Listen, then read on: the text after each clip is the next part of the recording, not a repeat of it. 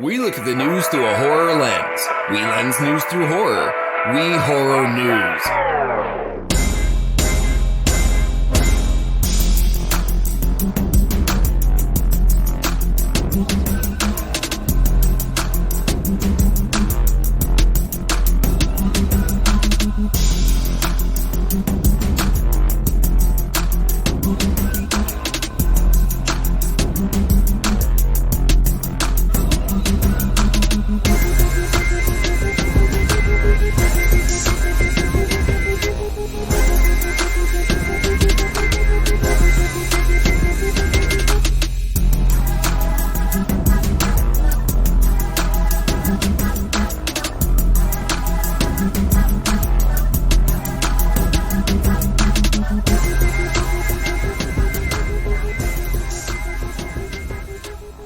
Welcome to the Lost at Home podcast. My name is Scott. And I'm Jeremiah. And we are back for episode 357. Was that a gender reveal? Yeah. I just started a forest fire. Actually. Yeah. I was shooting a canister of a big bucket of C4 that was rigged to some blue paint, and turns out it's a boy, and boy howdy is that forest on fire. Oh well. So anyway, welcome to the show. Hope everybody's doing well. Did you hear about the gender reveal where they dyed a waterfall in some area? They just polluted. You polluted all the waterways in the area. Oh, it's so fucking ridiculous. Yeah. People, first of all, nobody fucking cares. Just shut up. Just stop it. Your kid might grow up to be transgender too. Well, that's the other thing too. Is it's when it's considered a gender reveal party as opposed to a biological sex reveal party. I'm always just like, you don't even know what gender that kid isn't yet because that's not up to you. So anyway, that's our hippie liberal take on it's on pretty shit. Cringe for the kid to think like at some point in the future, like my parents ruined an ecosystem because I had a dick. Yeah. Yeah, that's the patriarchy. You're always getting me in trouble. The patriarchy for you. Screaming at his own dick. God, I wish the Democrats chopped you off like they promised you would. Come on. Go to a bar and be like, hey, baby, you want to see something that killed 7 endangered species? Yeah, because of these, we don't have polar bears anymore. I call it the extinctorator. What a fuck. Yeah. Oh, man. Extinctorator is kind of a cool word for something. It just is such a stupid word. Especially for a dick. Yeah, exactly. I'm going to put extinctorator as a potential. It could be a potential title. Just because we are, only because we are doing now. We will obviously still have plenty of stuff to chat about during this review episode, but we are doing a review episode for those of you who are not completely familiar with the show. We're not going to go into too much crazy stuff because we have lyrics and Scott's blurb to give you the rundown, but we have decided to shift the format a little bit, and every other week we're going to do a review episode, and the weeks in between we are going to do web dropping complete episodes, except for, I'm lying, because this time around, in order to make the holiday, you are going to actually be bringing a Thanksgiving-themed horror movie to the table, if I recall. Next week. Yes, next week. So we're actually going to do two in a row. So we're doing this review episode. Next week, you're going to do that one just to get it in under the holiday wire. And then we're going to go to the every other week schedule. And we're going to do some Christmas horror episodes in the month of December, which is going to be pretty fun. I already got a few movies picked out that I'm probably going to watch all of them, just pick which one's the best, and then reverse engineer a story with it. I am so excited for Violent Night. Yeah. That's my Christmas horror movie. That's a go. That's the one I'm going for. I was actually going to ask. I was going to coordinate with you which one you were going to pick, so I wouldn't. Well, it depends on when it comes out too. I don't I remember the date. I think it's late in the month too, like the 15th or 16th. Yeah. Well, I think regardless, you'll be going second anyway on that month. That's so also a major motion picture kind of thing. Yeah. Do you know if it's going to streaming?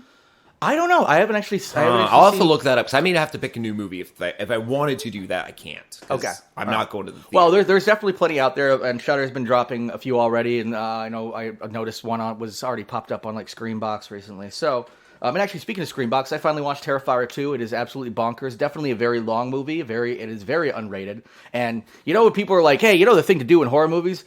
Cut away and let the audience do the work. This goes back to 70s splatter where we do not cut away for anything, and we are going to make this comically violent. So it is comically gory. It is actually well made. A big step in. I liked the first one anyway. It was a big step in quality over the first one. I barely remember the first one. I just remember my wife and I watched it, and we both walked away just kind of going meh. Yeah, well, yeah, it was a pretty it was for I would say for Like, like it a pure didn't like a get us really going. pure indie slasher. It was pretty good because it like you would expect a movie like that with the zero budget and no like well known actors, which I mean happens a lot in horror, but that like it was well made for how indie it was. Of course, they had done like the All Hallows Eve movies, which was the original Art the Clown, introduction anyway. But I remember thinking kind of meh with the first one. I mean, I enjoyed it like as a slasher. I rewatched it and actually enjoyed it more in the second sitting because I knew what I expected. The second one. But the second one is just it's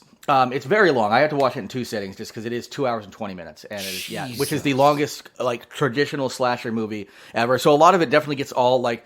Yeah, there's definitely no boring parts in it because it is just pure carnage, and just again comical carnage, like overdone to the point of just like you trauma level. Yeah, trauma. I would say Dead Alive level. Peter Jackson's Dead Alive, very very much in that vein of like just where. Just crazy scenes. No one has ever topped that lawnmower scene. Yeah. Oh, yeah. No. And no one has ever topped. Yeah. That. No. And they it's a different style in this one, but also they tried doing it in The Hobbit. It just didn't play as well. Yeah. Exactly. Yeah. Lawnmowers. I don't think there are lawnmowers here. Okay, we're gonna have to rewrite this. But yeah. So I recommend it to anybody who really loves. I was never on the verge of throwing up, but I'm also not the throwing up type, and obviously you and I are used to some pretty brutal shit as far as horror movies go. So I'm sure that was all a lot of hype. I'm sure some people did, but it wasn't like gross, like so gross out. It wasn't like people eating shit or anything like that. Human Centipede 2 is the closest I ever came to throwing up in a horror movie. Well, yeah, that's the thing. It's not the first one. The second, to me, like really like violent blood. Like there's some like there was like a hammered at teeth scene in that one, which got me. Oh yeah, there's some stuff like that in this one. There's a knife to dick scene that lasts way too long. And I mean like a close up of like peeling the dick off and it's like stretching comically and then like getting rubbed against a window and shit like that. But it's like there's probably 30 stabs in the dick and close ups. There's a lot of like just they could have trimmed 20 of the minutes. Mostly dick stabbing. Yeah, the whole movie 220 minutes of dick stabbing. Yeah. So anyway, I watched that. It was on Screenbox. I finally decided that they've been kind of knocking it out of the park, so I decided to give that a shot. And then both of you on a non-horror front have watched the Weird Al movie recently. And God, it's the best comedy I've seen in forever. Oh, dude, the guttural laughter, like I was crying last laughing. night. Yeah, I was like real laugh out loud stuff. A lot of times it's laugh internally or laugh quietly stuff where I just couldn't help but just like roll on the floor laughing. He fucking kills it. Everybody in that movie kills it. And also like the pool scene that people have probably already heard about that has like all the cameos where like Weird Al I guess he just went to his Christmas card email list and just emailed everybody and was like, can you just show up and we'll figure it just for like a half a day. Anybody who wants to show up, we'll figure out a character for you. Yep. And like a bunch of people, Conan O'Brien showed up and played Andy Warhol. Like it was like the crazy amount of people, Yorma Tacone as Pee Wee Herman. A lot of great little cameos in there. I also really like the fact that they had Emo Phillips play somebody, which is funny because the whole thing is that pool party is like, look at all these like eccentric people, these eccentric people from the 80s and stuff. And Emo Phillips was himself, and he could have just played himself and been because he would have been in that kind of pool party scene, but instead he played somebody else. He was in the first UHF movie, or the only UHF movie. Yeah. Anyway, there was a sequel. Yeah. Honestly, there could be now. I'm surprised. Well, no, there can't be a sequel because we all do know from. I won't spoil anything, but we get some bad news about Weird Al at the end of the movie about his untimely death, and it's a little bit. It's quite a bit hilarious. If anybody was going in expecting a serious biopic, well, you just don't know who Weird Al is. I don't know why you would expect. There's going to be a sequel to the Weird Al movie, period. Anyway, because Yeah. it's that ridiculous. They can just be like, we're just doing it, Yeah. and they ended it like they Amish Paradise age. Yes. He won awards for his music after that. Yes, and so we haven't even entered his fame phase. He yet. actually he got his first number one hit, even though they allude to 2008 or even something. though they allude to him having multiple number one hits in this. He got his first number one hit in the iTunes age, and it was. So anyway, I would love it if there was some more to happen. And I think they do end it a little bit on that cliffhanger where they show that he could be. Yep, could be around. So anyway, so there are a couple of little quick recommendations for folks. That was our watch that, not that. Except we just said watch this, watch this, watch this.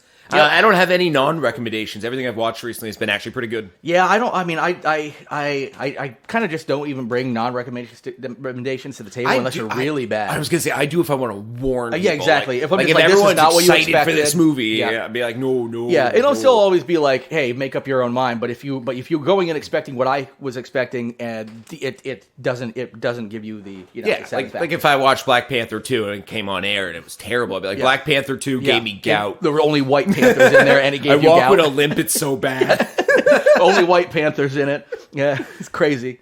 Yep. Yeah, Black Panther. What about White Panther? Yeah, exactly. Oh, when do we get a White Panther movie? Yeah. Oh man. White Panthers matter. Anyway, so getting back away from the Extinctorator and other things, I'm going to be talking about movies today. And the first thing I'm going to talk about is the story that drove my movie choice. And this is the story that's been running around the music sphere and the science sphere.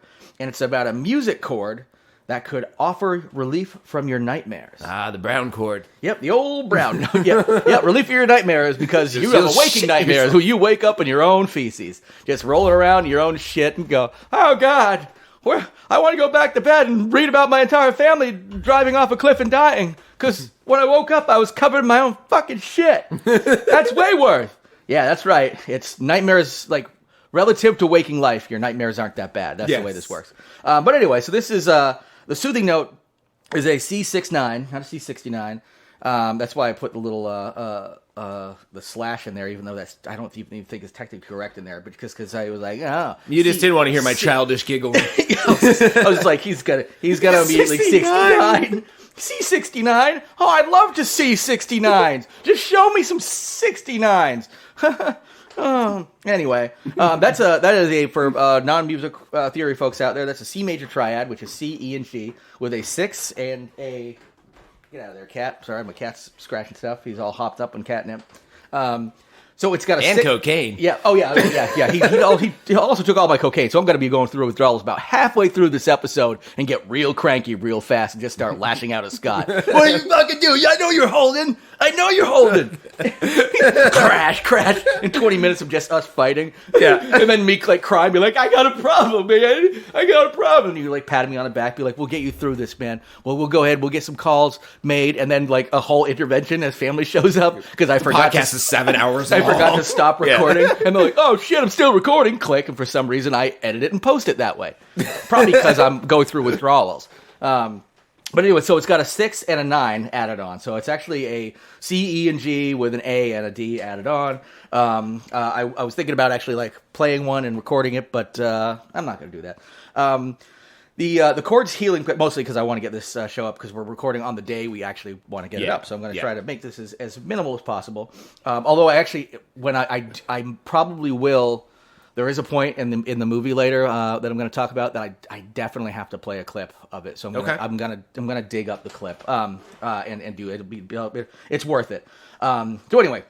A chord's healing properties have been revealed in research that was carried out at the University of Geneva, which suggests that learning to associate the chord with more positive nightmare outcomes and then hearing it during sleep could lessen the number of nightmares experienced by those who frequently have them.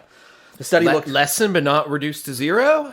Yeah, exactly. I don't like that. It makes it... It does. It didn't say... It says offers relief. Didn't say cures nightmares. I chose the least... clickbaity headline because so many are just like, this chord cures nightmares. So this is more honest. This was actually from it's weird because the other ones were like faux wannabe like science sites, and the one that I found like the best write up on it was the music site called Music Radar, which is just trying to usually sell me synthesizers. And you didn't go to foxsciencelol.com. Yeah, and I just went in there and said nightmares are a hoax. Yeah, and it's the devil who wants to make you liberals doing it. Yeah, exactly. Liberals are feeding you transgender pills before bed, and they give you nightmares, and that's exactly how they give you straight nightmares to make you gay. Yeah, I think who was I? Somebody we both follow on Facebook had a good point, and I think they probably it may have been taken from somebody else. So it's something like if not to get political or anything, but if Democrats were really rigging elections, like we'd have like universal health care, single payer health care, clean water, and solar cars by now. And it's like, if we were actually If anyone was rigging elections, you wouldn't have split tickets. Yeah, but yeah, It's that too. But that's when we bring logic into it, and that just doesn't work. But so anyway, this study looked at 36 nightmare sufferers who were divided into two groups. Both groups were treated with what's known as imagery rehearsal therapy, which requires them to imagine alternative and more positive outcomes for the recurring nightmares for between 5 and 10 minutes a day for 2 weeks. This treatment has been shown to be effective in previous studies. One of the groups was also treated with the so-called targeted memory reactivation method, and this is where the piano chord comes in. There's a Sophie Schwartz, full professor in the Department of Basic Neurosciences at the Swiss Center for Affective Sciences. It's really rolls off the tongue there. Good marketing, naming your schools. SCAS. Yeah. That's true. SCAS. I work for SCAS. Anyway, we asked patients to imagine positive alternative scenarios to their nightmares. And however, one of the two groups of patients did this exercise while a major piano chord C69, was played every 10 seconds. The aim was for this sound to be associated with the imagined positive scenario. So that way you don't have to actively... Is that a high chord or a deep? Is it high pitch or deep? It would depend on whatever octave you're playing. So it's actually... I was say, like, every 10 seconds hearing, like, doom, yeah.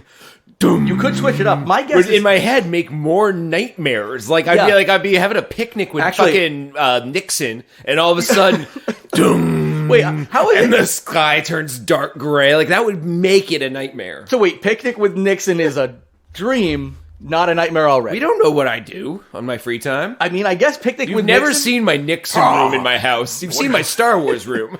Would you like some shab? Oh, yeah. I've got to do a great Nixon impersonation. I think that's all I got.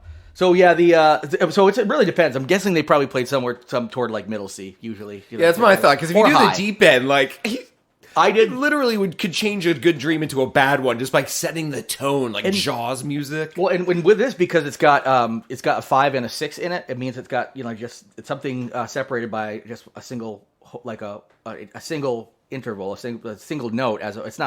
It's not a half step, so it's not quite as dissonant. But if you play it deep, it'll sound way more dissonant versus just a regular major triad chord. So you play it up high, and it sounds kind of like twinkly and nice. And it depends also on how you break the chord up and all that. But you could definitely play it low, and I'm guessing a totally different set of outcomes. Extra nightmares. Oh yeah, that's the second group, and they fucking all killed themselves. They're all just shaking and twitching. Yeah, well, we had the suicide group and of course, the control group, which is just one we just gave a placebo and didn't actually play a C chord at all. And of course, the one that actually ended up happy. Looking back, we kind of do wish we had not had the suicide group, but live and learn. They signed their waivers. The old suicide waiver, classic science. Suicide waivers? Yeah. It's your We class. need people to test the suicide booth. Will I be okay after? Sign the waiver. Yeah, sign the waiver, and then I'll go ahead and tell you all about it. Best case scenario, no. We don't want to go back to the drawing board on the suicide booth. Exactly. Best case scenario, bye. Yeah. If we did the job right, you will not be okay. But yeah. Oh yeah. Well, I guess the worst case is when it doesn't work, but just horribly maims you, but you still signed a waiver. First and best joke from Futurama. Yep. Putting the quarter on the string in the suicide booth to get it back. Yeah. In my yes. Oh my God. It's such like that's how you just know like immediately how clever that thing's gonna be. Like yoink. Like in a suicide booth. He's like sucker about the machine that's going to kill him and he can't spend the money after he's dead.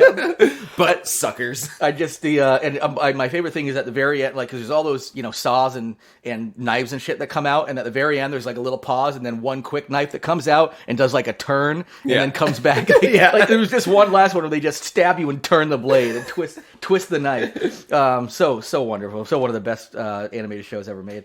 So anyway, the TMR treatment continued with the patients who were receiving it were asleep when the C69 chord began, with the C69 chord being played every 10 seconds through a headband each time the patient reached REM sleep. And this way, when the sound was then played again, but now during sleep, it was more likely to reactivate a positive memory in dreams, said Schwartz. After 3 weeks, participants in both groups were enjoying a decrease in the nightmare frequency, but the group that was given that TMR chord therapy, the results were even more pronounced. Again, not down to 0, so boo science. Members of the TMR group also had an increased number of positive dreams and woke up more often with erections and cum in their pants. That last part I made up. Not the positive dreams. Positive dreams. Yeah, that's true. Yeah. It's like, well, this is now called the cum chord. Let's go ahead and play the C69, turns out. I mean... I guess I should have let you make the joke. Could have kept it that way. You could have gone full circle with it. 10 minutes of giggles avoided. Yeah. Oh well. Yeah. Geez. So I chose a movie that I've actually already seen, but revisited. The reason I actually chose the story is because I love movies about cursed music, and this obviously is the opposite of that. This is something music having a positive effect, but it kind of made me think about music that's considered cursed or has the opposite effect of that causes nightmares or that causes death. Tenacious D and the Pick of Destiny. Oh yeah. Cursed? Is that a cursed music movie? I know it's not horror, it's a comedy. I don't know if it was because it wasn't really about a cursed piece of music as much as it was because actually I specifically left out like Devil's Duels and Devil Goes Down to Georgia type stuff. But so there are that is a musical movie, but I don't think the music is cursed. Exactly. Yeah. So I left the ones out. Fine line. Because there's actually a couple more I thought about like what is the Perfection I really liked, but I was like, oh, that's just about music and it's not really, and it's about people like devolving because of their desire to outdo one another in music. The Elvis biopic. I mean, that killed that motherfucker. Yeah, that's right. If he hadn't had music in his life, we'd still be alive today. Yep. 116. Definitely still alive. So I chose a movie that very much fits this that I had already seen before, but was kind of looking forward to watching again. This is like, because I remember really enjoying it in its badness, and those make for fun times when making this show. I've not seen this movie. Yeah, it's Paganini Horror, and it is available on Tubi or Plex, free with ads. I'm glad I keep both those apps around. Yeah, dude. I mean, first, Tubi is still like hard to beat for their like just the scope of their crazy amounts of horror on that, and Plex is actually like right up there too. Yeah, and the thing about and Amazon Prime, weirdly, although that's been diminishing, they haven't gotten a lot of new stuff. But I still like I'll find some stuff on there occasionally, like because there's so much stuff on there that it's hard, and it's not quite as like Tubi's really good, like really browse friendly through the stuff. They seem to do pretty well with their browsing. They added one of those catalogs of actors and directors and shit to it. I think today. Oh yeah, nice. Basically like what Amazon has, where you can pause it and like I guess look at all the people in it. That's sweet. Yeah. I didn't look into it too deep, but it's a new feature. But like Prime, like with Amazon, I'll watch something and then I'll go down and check like the recommendations, and that's where I'll find a lot. Also, it's tough with Prime because half of them are things they're trying to get you to rent or buy, as opposed to Tubi. That's really annoying. Yeah, I wish there was just an easy filter on at least the app. There's that a row somewhere that lets you look for just free stuff, but it doesn't divide it down by genre. Then it's just everything that's free. Yeah. I need like additional filters, and I'm sure like on the website it's probably easier to do or whatever. But like, they're not going to give you a button that blocks paid things because it's Amazon. Oh yeah, I'm sure it's by design. Like I know from doing development how not difficult applying filters to shit is. It's pretty 101 where you just throw a bunch of stuff at it. Want to hear a boring horror thing about Amazon? I'd love to. I've been opting to get my packages when it's convenient for Amazon, not when I actually want them, because 2-day Prime shipping's bullshit now. Yeah, I know. They pretty much only send it to you when it's convenient for them anyway. Yeah, so I opt for whatever's most convenient. You get like $1 off digital versions? About, it's $1, sometimes $2. Okay, yeah. And I save them up, and then I just buy horror movies that I want with those and throw them into my catalog movies. That's what I was doing with Kindle books for a while. I like almost every time, unless it was something I actually needed, and that was even with 2-day shipping, when it was like real, I would just do that, and occasionally I'll have 10 of them saved up and be able to get myself a new Kindle ebook. I bought Trick or Treat the other day just off of their money and a sale they had, which made it $6 for HD. Yeah. Oh, I noticed that we were talking about this recently, that Krampus did show up on like Peacock or something like that recently. It's new version? Maybe not the new version, but because I want the one that's got like 20 extra minutes of footage. Oh yeah, no, definitely not that one. Yeah, it's I'm sure not that one, but yeah. What is that one? The Crystal Knock version? Yeah, no, that's definitely not it. Yeah. That one you've got to like buy on Blu-ray. I think the like 20-minute one. Yeah, it's the director's cut. I forgot. It's got a different name too. It says Krampus, but it's got like another title attached to it. Yeah, like no, that one I'm pretty sure is like legit, just a like physical copy kind of thing. I need that. Yeah, that one it would be nice to see. I haven't seen that director's cut version, so. But yeah, so the synopsis of so directed by Luigi Cozzi, as Louis Coates. This is one of those pretending to not be Italian, trying to like pass them off as like an 80s slasher Luigi American. Cozzi became Louis Coates. Louis Coates, yes. Like it's funny looking at the also known as listings for all these Italian directors in the 70s, because they just change their names all the time. And if they were doing like a movie in the United States and they wanted to come across like as essentially pretend that they're an American production, they would just be like, oh yeah, Louis Coates. Well, yeah, it's gotta be definitely. But yeah, so this is when a female rock band uses an infamous old piece of sheet music to record their new album in an old mansion, they accidentally open a portal to hell. First of all, I actually don't know if they opened a portal to hell. I couldn't really find that so much. I guess technically they did because they do reference Paganini going to hell and somebody else being dragged to hell early in the movie. So I guess they technically open a portal to hell. But like Satan doesn't come out or anything. It's just this composer Paganini. By the way, none of this is actually based on anything real from Paganini because there's a lot of shit in here. It was just like, yeah, Paganini murdered his bride one night in this mansion. And I looked him up. I don't think that was true. And I looked it up. They just took a lot of rights with a real person. But yeah, just somebody who died in the 1800s. So it's like, I mean, there was like Abraham Lincoln Vampire Hunter, so we can change history if we feel like exactly. In a horror as long as you're not really purporting it to be a documentary or something. Even then, I think you can still get away with a lot of it. Just be like, or was he? Just to ask Tucker Carlson, the whole thing. I want to write a movie where it's all non-declarative statements. Yeah. The whole movie is just people asking each other questions like, do you want to go get lunch? What even is lunch? Yeah, what even is lunch? Well, actually, I mean, you pretty much just explained how the entirety of Ancient Aliens gets away with their shit. Yep. I love watching Ancient Aliens because it's so ridiculous, but all of it is just like... Did the aliens build the pyramids? Yeah, could the aliens have... There's absolutely no evidence. They'd have to look at the stones. They weigh 1,000 pounds. Could people now lift it? Yes. Yeah. Could they then? Maybe. Most likely. But did aliens? Maybe they did. Was it aliens? No, like it's always questions. No, because it's the leaps in conclusions they make based like that their questions are kind of purporting to. Where it's like, the question. One question can lead to another more bold question, but they never answer them because it's like how did they lift those stones? Could it have been aliens? I'm like, there's a lot of stuff in between there before you get to aliens. Like, could it have been science? Pulleys? Well, could those levers and pulleys have been they gifted rolled to them us on logs by aliens? Alien logs? I guess what we've learned here is trees are aliens. Yeah. See that upward inflection? This is not a statement. This is a question. So yeah, just a real quick synopsis. Band is at a recording studio playing their new track. The manager says they need something fresher. They can't release the track that they're recording, so they're like, they get a little bit of a tiff. And the drummer goes out and meets a shady man on a bench. Don't explain how this drummer knows to go meet the shady guy with a briefcase with a piece. Nope, doesn't matter, with a piece of cursed music in it. Because he's like, you know what will help this band? A piece of cursed music. And I don't know if he knew for sure that it was cursed, but he should have known when he was handed the briefcase and the combination to get into it was 666. The guy that gave it to him turned into a cloud of bats. It was definitely very shady. I don't think I want to go through this transaction.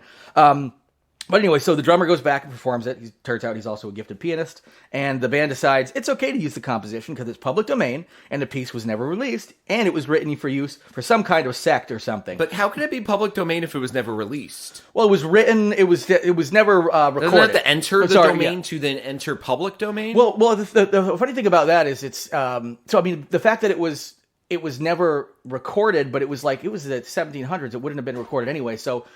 it officially never released doesn't make any sense because I guess what they mean is maybe nobody else knows about it, so therefore, even though it's Paganini's, it's older than X number of times. But yeah, you're right. I guess it was. But I guess either way, it wouldn't have been copywritten that way. Anyway. I might want to Google that after, just find out if a piece of music can be technically in the public domain if it was never in the private domain. Well, I mean, I guess because how it's like. Because essentially what happens with the public domain, first of all, there was no domain back then anyway. There was no rights to copyright anything. That's just by default, something over a certain number of years anyway. I wonder if there were issues with that back then, though. Like I don't know, but Beethoven creates this new symphony. And then he goes into a bar that night and here's some fucking guy in the corner getting money thrown at him, but butchering it and still playing it, but a butchered version. Yeah, he'd be like, that's my music. Like, prove it. There's no copyright. Yeah. And it doesn't matter if it is. But a lot of people get stabbed in the alleys after bar performances because someone found out. Because right now, if I were to release something, never copyright it, and somebody did something with it, and I never pressed charges, they wouldn't be breaking any nothing legal, because even if they did do that and I wanted to press charges, I would then have to prove that it was actually mine to for that to happen. So I'm guessing either way, when it's something super old, it's not going to have a problem. But it is funny that they mentioned it was never released, because it was like, well, it was never recorded. And clearly other people have known this as existed. Yeah, also, it's never recorded. Of course it was never released. Yeah, of course. So anyway, but they also, it turns out like it was written for the use in some kind of sect or something, some kind of occult purpose. So yeah, we could definitely use this.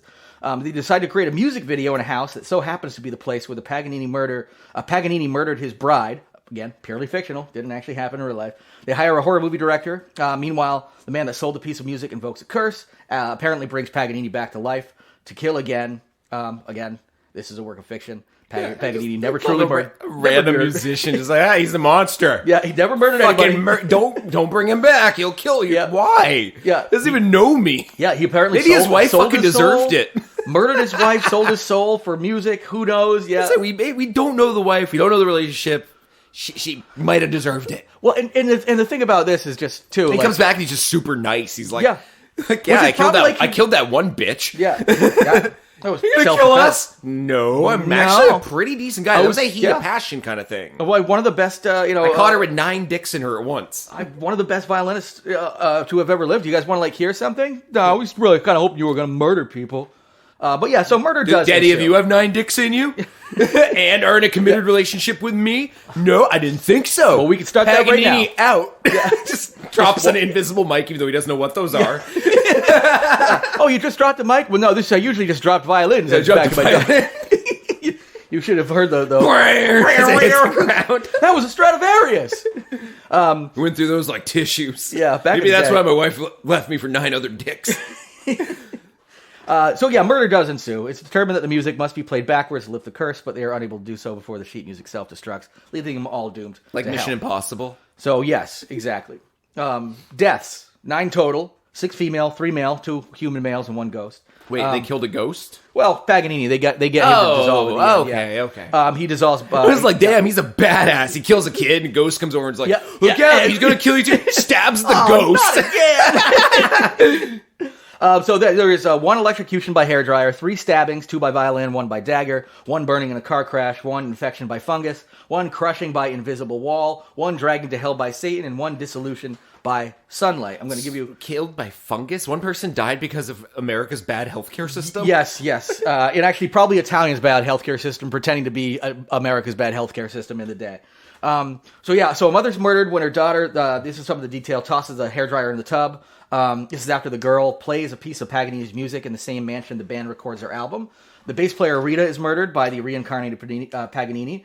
Drummer Daniel follows the sexy ghost Rita into a room and is murdered by Paganini. The director Mark and guitarist Elena opt to leave, but their car hits an invisible barrier. Elena is thrown from the car, but Mark is engulfed in flames and dies. Elena is found covered in blood and fungus. There's actually a funny little follow-up to that blood and fungus part. Lavinia is electrocuted to death, is electrocuted by the sheet music, then trapped behind an invisible wall, then crushed to death by the wall. And Sylvia, which is technically the second death in the movie, she was the little girl who tossed the hairdryer in the tub. You find out she was apparently dragged to hell by Satan in the first scene, and we didn't actually know that was her until the end. Paganini dissolves in the sunlight, and the survivor, last girl, is anticlimactically stabbed after presuming she was okay and ready to leave at the end. Some guy's like, not so fast, stab. My highlights of this movie, the music, very fitting of the time. The first song bears a striking resemblance in its chorus to You Give Love a Bad Name, mixed with Living on a Prayer, both by Bon Jovi. I am going to play a clip of that. Actually, I'm going to go ahead and just pause right now and play you that right now.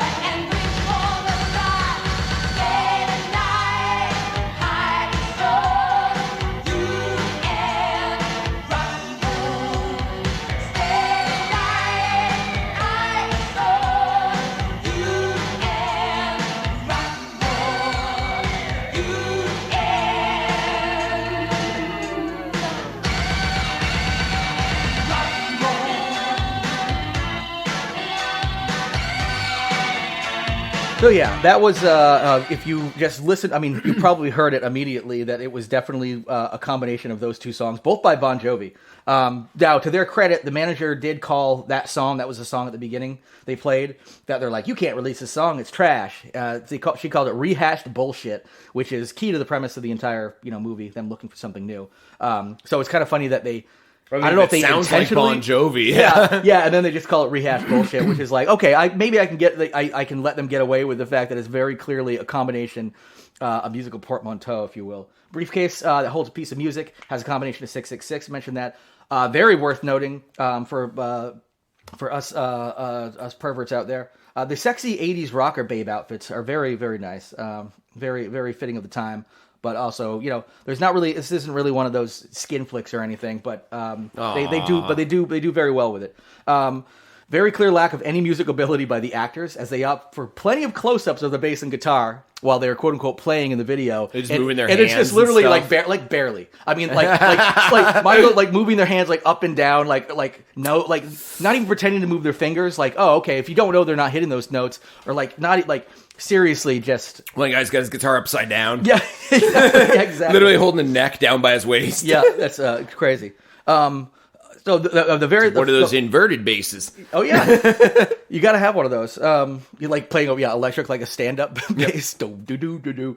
So the thing I found the funniest here is that when the girl is found with fungus on her, the manager...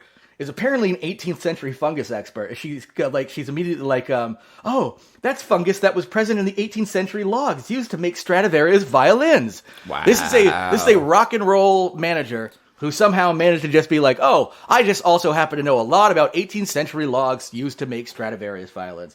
And I will say this, the invisible crushing scene is actually pretty brutal. It's anxiety inducing because they kind of just use a pane of glass against the woman, and they kind of have close up and they push on it so you can see their face all smushing. So it seems like she's getting killed by some invisible barrier. And then of course they have some blood coming out of it and of the sound effects of the crushing. What about the car? Like, does the car just impact on nothing? Yeah, I can't remember actually how they showed that. I think it was it may have been an off-screen kind of thing. But there was some pretty good cheesy late 80s quote unquote special effects. There's some good practical effects as there are in some of these movies, but it actually turned out apparently there was some more gory scenes that Cozzi wanted to put into this. And I love those Italians. Yeah. Well, yeah, no, he just wanted to make it like a good old Italian fucking splatter flick, and unfortunately the budget did not allow for it, so he had to cut way back on that and do a lot of those weird off-screen kind of things. And there's one scene where the person apparently gets stabbed and killed by Paganini, and then just falls down, and there's a slight cut on his forehead, trickling a little bit of blood. I'm like, I don't think that killed him. So it's not a good movie by any measure, but like so many Italian movies of that age, I thought it was, it's very beautifully shot and lit. Like a lot of those Italians put a lot of work into their crappy movies, which actually make them really nice. And then sometimes, like the Argentos and Bavas put work into what, are great movies. But a lot of them put that same level of cinematography and stuff into these kind of seemingly, a lot of those good, foggy, smoky scenes and light that doesn't make any sense, in context, but it just looks beautiful. So it's well shot. And there was actually an original idea of Cozzi's, his original vision was to have it take place in a haunted house where time fluctuates. He also wanted to be much more gory, as I mentioned, but he was unfortunately forced to rewrite a lot of it, and even him, he was reportedly did not like the movie by the time it was released. It was pretty much I showed up with this vision, and they butchered it and told me I couldn't do what I was supposed to do, handed me a camera, and said, get this shot in a week, and he's like, nobody could have, and then handed me this, completely gutted script, and he kind of had to do what he had to do with it. So yeah, to end the show here. Actually, okay. So I actually wanted to recommend some additional cursed music horror movies.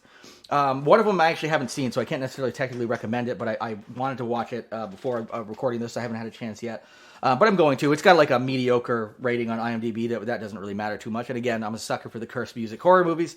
But the first one is Nocturne on Amazon Prime. I gave this one a 3.5 out of 5 when I saw it. I thought it was quite good. The Sonata is on Tubi, Plex, and Crackle. I haven't seen that one yet. Lords of Salem. That's on Roku. I saw that recently, Tubi, I and Pluto believe. TV.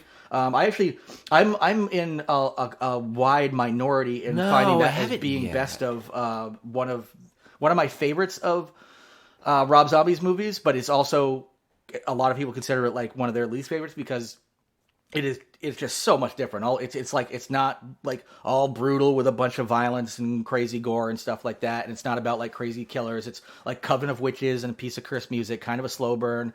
So it has Sherry Moon Zombie in it, of course, as they are all want to do. I think I decided we hadn't seen it, my wife and I, and that we were going to during Halloween month, and we didn't. It's. I mean, I really liked it. I think I'm like a lot of, but again, I'm a sucker for the cursed music. So this is like there's like I think it was like a DJ got this old piece of like old record in the mail, and it had some creepy shit on it anyway. Now let's see. There's a segment for the movie on Allegoria on Shudder. I gave the entire movie 3 out of 5, but there's a segment there. Allegoria was like a 75-minute anthology movie, kind of thematically linked by different artists and different things going on, and it kind of circles around itself and connects. Wasn't a terrible movie. I watched it over the Halloween month, and there was one about a piece of music, like just this chord sequence that caused people to like fucking go nuts. Was actually pretty cool. And Dead Wax, which is a Shudder original series, but it really essentially is a movie length. They chopped into little bits and pieces. I can't remember if you ever watched that, but it does feature. So no. It does have an appearance by former Lost at Home guest Ted Raimi in it. Nice. And that's a Shudder exclusive. And then my absolute favorite of all of these, White Melody of the Curse or Melody of Death. The only way I was able to. This was actually came from my sister Crystal recommended this to me. Actually, I think I may have actually reached out to her about it, and she was like, "Oh crap! I have seen that. It's one of my favorites." So I bought her she has a region-free DVD player. So the only way I found a copy was a region-free DVD ordered from South Korea that I ordered right before the pandemic. So it took about 4 months to get here or something like that, because it was like I ordered it in late 2019, like November 2019 for her birthday, and was like, "Oh, by the way, it's showing up at some point." And then they're like, "No, it's not." Just sat on the docks in a shipping container full of other Region 3 DVDs. Yep, exactly. They're like, "What do you mean this isn't essential? I can't watch White Melody of the Curse with my sister on a region-free DVD player? But I don't want to live." But that's the thing I like about that is it's K-pop, so it's like it's got this really cool, How old like is it? sweet. Probably 2011ish or something like that. I think. Okay, not that old. Yeah, it's about a decade old. It's like modern K-pop style, so there's real cutesy K-poppy type stuff, and it's got the band is pretty cool and all that kind of stuff. They just have some good poppy music, so if people can find get their hands on it. It has popped up online from time to time in like 2 parts on YouTube. And stuff. I was gonna say it feels like a YouTube watch. And so what ended up happening is when I was looking all around for it, we found somebody had posted both parts on YouTube, but the first one had been removed, but the second one not. I'm guessing they're like, oh, if we remove the first one, people guess that it does all the work without us having to copyright strike another one. Unfortunately, just watch part 2 twice. Yeah, exactly. It's the same exact thing. It's like that with any movie. Yeah, you just watch the second part twice. It's way more fun. You don't have to worry about all that build-up of understanding what the story is. You just get to watch all the cool shit. Hey, if it was well written enough, we'd understand everything going in blind halfway through. Yeah, exactly, right? I should be able to drop into it, know exactly what's going on, because there's exposition every 20 minutes explaining what just happened in the first half of the movie. Every 20 minutes. Oh, man, it's too bad that we had to go up to Old Man Jenkins' place, and we got caught in that haunted house, and they ran us around, and then tied our friend up and murdered them, and then brought the devil back. Oh, Sounds like your average Scooby-Doo episode. I've been watching a lot of Scooby-Doo.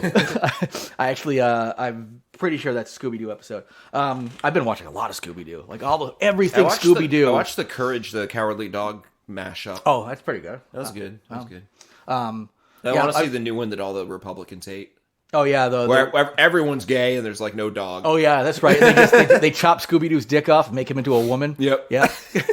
Not a female dog, a woman, a human woman. Yep. Because that's what Democrats want to do. All the adult cast who are now gay use litter boxes. That's right. That's right. They're all gay furries. Oh man. Yep. But I was actually watching one. It was like one I didn't realize there's on HBO is everything Scooby-Doo, every Scooby-Doo like ever made.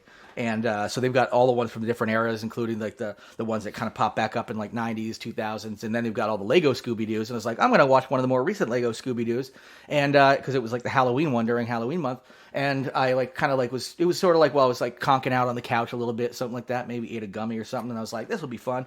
And woke up to a very recognizable voice. And Cassandra Peterson, a.k.a. Elvira, was playing a character, essentially herself in Lego form, but with a different...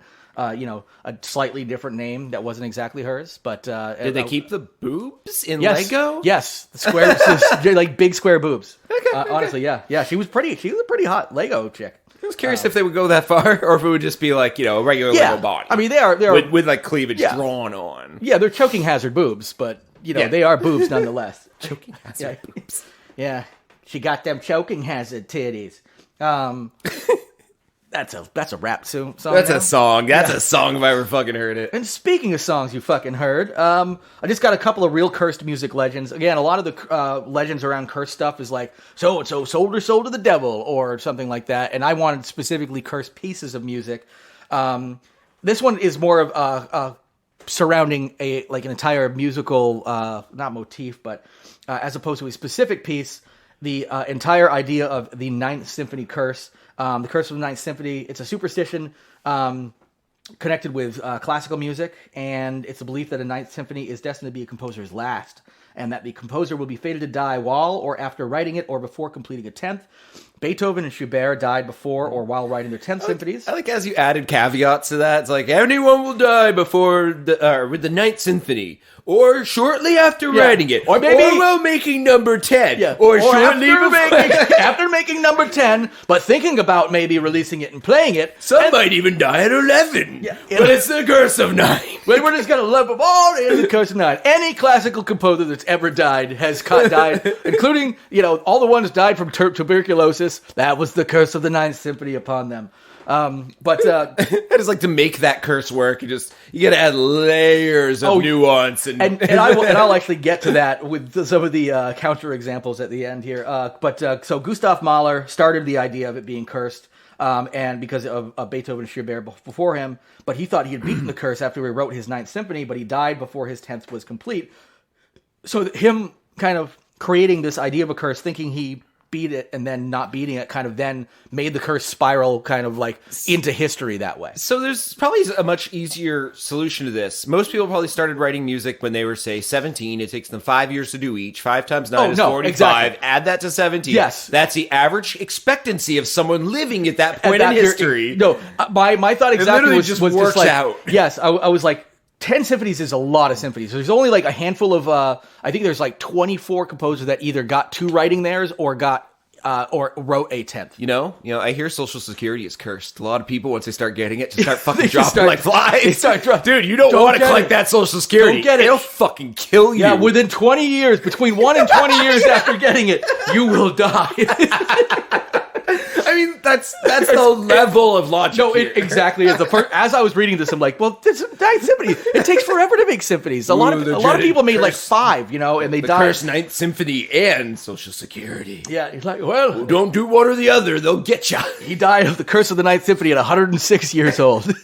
George Burns' Curse of the Ninth Symphony. But other composers, Ralph Vaughan Williams, Kurt Atterberg, David Manslanka, Vincent Persichetti, Alfred Schnickty, Roger Sessions, Eli Siegermeister. That said, there are dozens of counterexamples of composers that have, in fact, successfully finished their 10 symphonies. So, as you noted, there's a lot of ones who died, probably considerably. They're probably 3 to 1, 3 to 1, 4 to 1. 1% of all died around the 9th, and they're like, it's cursed. I mean, I guess if you take it that way, it looks like probably about 25% of the people who ever started on a 10th symphony or got done a 9th symphony died before completing their 10th. But again, they're probably all. If I looked them up, I bet most of them are over 70 years old in the 1800s. I would also say that writing your 9th/10th symphony is going to keep you alive, since 75% of people who do it keep going. That's true. Yeah. Yeah, I don't know, right? That would, like, if you actually want to spin that. Look at the good odds. Yeah. Like, writing your 9th symphony is going to keep you alive longer. In fact, you don't need Social Security. You just have to write. Don't symphonies. Collect that Social Security. Do write your symphonies. Okay, but the other thing too is I'm sure there's like a definition for what constitutes a symphony, but nothing says a symphony has to be good. So I'm just going to write 10 symphonies tonight and break the curse, or prove that it exists, because if tomorrow, come tomorrow after finishing my 9th and working on my 10th, I die, well, that's a different story. So the last one I want to bring to the table, I'm not going to spend a ton of time on, because if people want to go through every single episode we've ever played, we've ever made, they'll find us talking about this at some point in history. That being said, we are yes, us too. Gloomy Sunday. We have covered Gloomy Sunday, aka the Hungarian suicide song. Gloomy, gloomy Sunday. That's the one. Gloomy, gloomy, gloomy Sunday. Gloomy, gloomy Sunday. Gloomy, gloomy. So gloomy. Gloomy. That's it. It's very unoriginal. My room is so roomy. And my mommy, she is a moomie. Oopsie. Gloomy, gloomy Sunday. Yeah, that's the song. So yeah, we covered it in a much earlier episode. It's known as the Hungarian suicide song. Actually, if you're doing the song Gloomy Sunday, it has to have a chorus where it's like, kill yourself. Yeah. Kill yourself. So kill your mom, your brother, and yourself. Yeah, murder, suicide. Murder. That is people are dying because of this one song. It must be cursed. Yeah. Literally, it's like, put some baking soda, and so it tells you the instructions for making poisons. And So sharpen that knife. Don't want it to be dull. Curse song. Just it's basically 10 minutes of instructions for suicide. The original, no wonder it's cursed. But actually, you're not too far off, because it's not exactly that. So there were lyrics to this in the second iteration, which became the most famous, that did reference suicide, people killing themselves and stuff. By the way, this was originally published in 1933, and it was not a great time for anybody, especially Hungarians. So there's the recurring urban legend claims that many people have committed suicide while listening to the song, particularly Hungarians. Famously recorded by English by Billie Holiday. That's the one that most people here probably know. BBC even That's what I listen to every Christmas. Yeah. Oh, kids, gather round. No presents this year. What? Because it's Gloomy Sunday and all. Let's come on. Oh, that's right. Oh, this is how you kill yourself, little Tommy. Oh, what do you open that present up? What's that? It's a suicide kit from Amazon. Call back. Nice, actually. Nice. So the BBC actually banned Billie Holiday's version of the song from being broadcast as being detrimental to wartime morale, because she recorded hers in 1941, but allowed performances of instrumental versions. However, there's little evidence of any other radio bands. Billie Holiday's a girl? Yes. Are you fucking kidding me? Billie Holiday, yeah. I learned something new at 44 years old. I believe I've actually told that to you before, too, on this one. Yeah, I probably just forget it every time. I should willfully try to not remember it when I leave your house today. Yeah. So that the next time it ever comes up again, I could be just as, surprised. Yeah. Really? Billie Holiday, yeah. Billie Holiday was quite the successful female crooner back in the day. Press reports in the 1930s associated at least 100 suicides, both in Hungary and the United States, with Gloomy Sunday, but most of the deaths supposedly linked to it are difficult to verify. The urban legend appears to be, for the most part, simply an embellishment of the high number of Hungarian suicides that occurred in the decade when the song was composed due to other factors such as, famine and poverty. No studies have drawn a clear link between the song and suicide. So, causation, correlation, that kind of thing. You could also point to any other song on the radio at the time. Be like, Benny Goodman's, Good Time Jumping Beans. Yeah. And then just be like, Good Time Jumping Beans committed 100 people committed suicide between United States and Hungary because of you're right. Benny Goodman's Jumping Beans. Birthday was out at that point in time. Yeah. You know? And it was like, so it's a causation correlation. Guess what? Maybe somebody was writing songs about the crazy number of people committing suicide, not to cause people to commit suicide. So that is my entry into this week's Good Time Jumping Beans Hour. Let's do a cover of Gloomy Sunday. You're musical. Yeah. Yeah. I can. And the lyrics are already written. You don't have to do shit. There have actually been like. You have to do the compositions and the music. Maybe what I'll do is I'll get an acapella version of Sir Billie Holiday's version and see if I can go ahead and kind of sample the shit. They knighted her? Yeah. They also thought she was a man. So where's your father? Yeah. I'm Billie Holiday. Ironically, suicide. Didn't like my song so much, or the fact that I'm a girl. Yeah, he thought I was gonna be a boy. Gloomy Sunday. That's my Billie Holiday impression. Pretty good. It's just Eeyore. Gloomy Sunday. Yeah, really wish I hadn't made it so popular. Otherwise, maybe more people would have lived. I think the big takeaway is Billie Holiday racist against Hungarians and took out a whole bunch of them musically. Yep, exactly. Even though it was written by a Hungarian, and they were not even aware of our version. We learned from the Paganini movie that you can just take anyone and drag them through the fucking mud. So Billie Holiday in my movie is a man. Played by a man, at least. Well, it doesn't matter. Billy, Billy. We make sure there's like a nameplate on a door at one point, just to really drive it home. I like the thought of you casting the movie before you knew that Billie Holiday was a woman and casting a man. Yeah. I mean, we're off to a good start. And then it's the story of how he vindictively wrote this to kill Hungarians. Like, it starts with him as a kid getting pushed in the mud by like a Hungarian, like, I don't know, person. Yeah, I was trying to give a profession, but that was 100 years ago. Yeah. Back in the 1930s, Hungarians. Shit shoveler. I don't know what Hungarian shit shoveler. Yeah. Hungarian ditch digger. Wow, those professions are very depressing. Perhaps that's why they committed suicide. Yeah, that's right. And Billie Holiday's like, oh, you need a nudge? Listen to this. Yeah, God. Yeah, good old Billie Holiday. I want to see Billie Holiday like play it on a violin in like a street corner. And then you just see like literally people jumping off buildings in front of them, smashing into the pavement. Someone walks out of a butcher shop, the butcher literally slits his throat with a carving knife just listening to it. Oh, yeah. Like it literally puts you in a trance and makes you commit suicide. Honestly, it'd be kind of... I mean, a movie about music making you commit suicide is actually... I feel like there's got to be... And then we have like Winston Churchill, very young Winston Churchill, who's a girl. Yeah, right. Is on the hunt for the evil Billie Holiday who's just murdering people across the UK after Hungary. Yes. Like, they moved to the UK after. Yep. Yeah. Young Winston Churchill, Billie Holiday Hunter. That's a long title. This became a Winston Churchill movie, not a Billie Holiday movie. Yeah, and I like. I'm just assuming you're casting a white man in this role because I love the thought of you turning an iconic black female into a white male murderer in the UK, killing Hungarians. Yeah, it's going to be like... Because it's white racism. It's going to be Adam Driver. Yeah. That's my casting for Billie Holiday. It's Adam Driver. Yeah. Oh, man. And then Winston Churchill, 20 years old, got a chip in his shoulder. World War II hasn't started yet. Yeah. Black. Before he turned himself white, did that Michael Jackson thing. Oh, there'll be a scene where he falls into like a Joker-style vat of chemicals, and a white hand comes out. Yeah, and then suddenly he's like, you know what? I want to stop World War II. Because I can do it now that I'm white. Movie takes a hard left turn. Billie Holiday just continues killing people. Oh yeah, there's nothing to do between the two of those people. It's just a B story with Winston Churchill turning white and saving people from World War II. While Billie Holiday goes on his Hungarian murder streak. Oh, the last part of the movie is Hitler in his bunker killing himself with a cyanide tablet while listening to Gloomy Sunday. Oh, yeah. But being played by Billie Holiday, who's in the bunker with him. That's right. So Billie Holiday actually won the war. That's how it turns out. Like, Winston Churchill just takes all the credit. Yeah, took all the credit. And because you're not going to give any credit to a white man. That's right. Yeah. Welcome to 2022 America. Yeah, I don't know what political statement he's trying to make. This is either horrible or brilliant. It's fucking confusing and horrible. I guess I'm gaining some other knowledge from what you said a moment ago.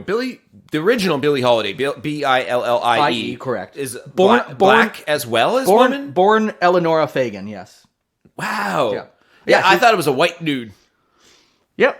Literally in my head. Like a bow tie and like glasses like mine, but rounder for the age. So just like essentially a Benny Goodman type character, he was a Jewish man, like a chubby Checkers, nerdy white,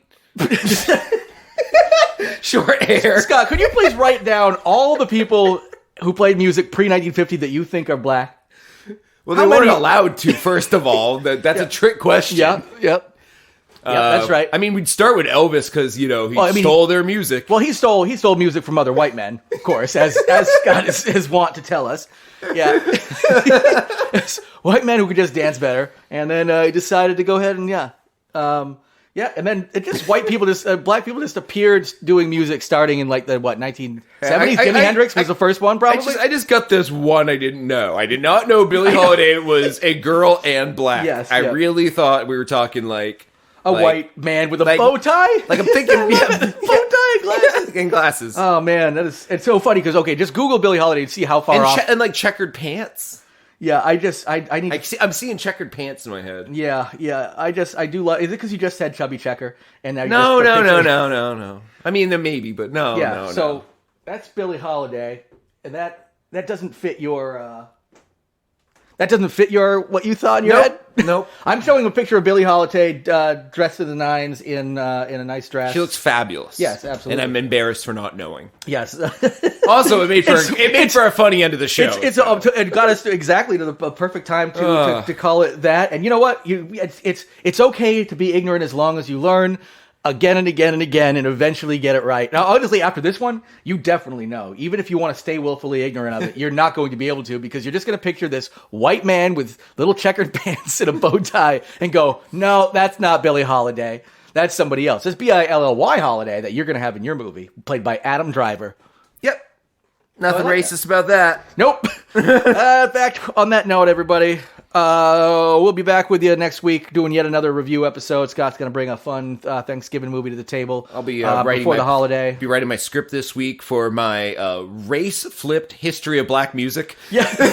Yep. Everyone in it's white. What do you mean I can't find a producer for that in 2022? Yeah, just like the Daily... Oh, I'm canceled. I'm canceled. Oh, okay. Yeah, the Daily Beast wants to produce this. Okay, nice. Sorry, Daily Caller. That's what Daily who Wire. Daily Daily cast Wire is James Hendricks. Daily Wire. Yes. I was just gonna ask him, you know that Jimi Hendrix is black, right? I knew he had a tan year round, but I think a Frank Black could play him. Yeah. Frank Caliendo. Yeah. Good. Frank Caliendo as James Hendricks. Oh man. Okay. Well, on that note, everybody, get lost. Get lost.